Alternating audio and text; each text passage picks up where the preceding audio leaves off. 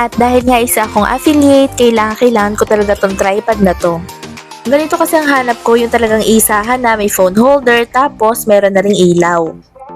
Actually guys, madali lang naman siya ikabit dahil iilang piraso lang din naman yung mga ilalagay natin dyan. Bumili nga ako nito kasi nga gusto ko nga na isahan lang yung mga ginagamit ko kapag nagbi-video ako. Kapag kasi meron ka nito, pwede ka na magsimula mag-video kasi nandyan na lahat, may ilaw ka na tapos may phone holder na rin. Ayan, i-adjust din yung pinaka-height niya. At may kasama rin siyang 4 na iba-ibang kulay na film na pwede nating ilagay dun sa ilaw niya.